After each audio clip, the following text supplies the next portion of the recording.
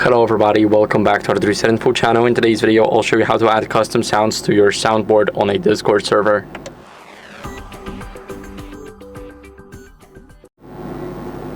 So first, what we're going to do is we're going to go over and open up our soundboard whenever we are on a voice call. Here we're going to click on add sounds to our server and we're going to browse for a file. So for example, I'll use the file. As you guys can see, you have to make it a bit shorter. So here we have the 6 seconds.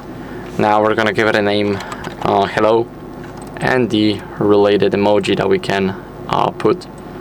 So of course, the preview is only 6 seconds. We can also change the volume. You need to have a little bit of a shorter file here, so I'll just change it. And as you guys can see, we're loading it up. It's less than 5 seconds and it's good. Here we have 450. We can upload it, and as you guys can see, we got our sound. So that's how you guys can do it. Thank you for watching. If you enjoyed this video, then make sure to leave a like, subscription, and a comment, and I'll see you in the next one. Bye.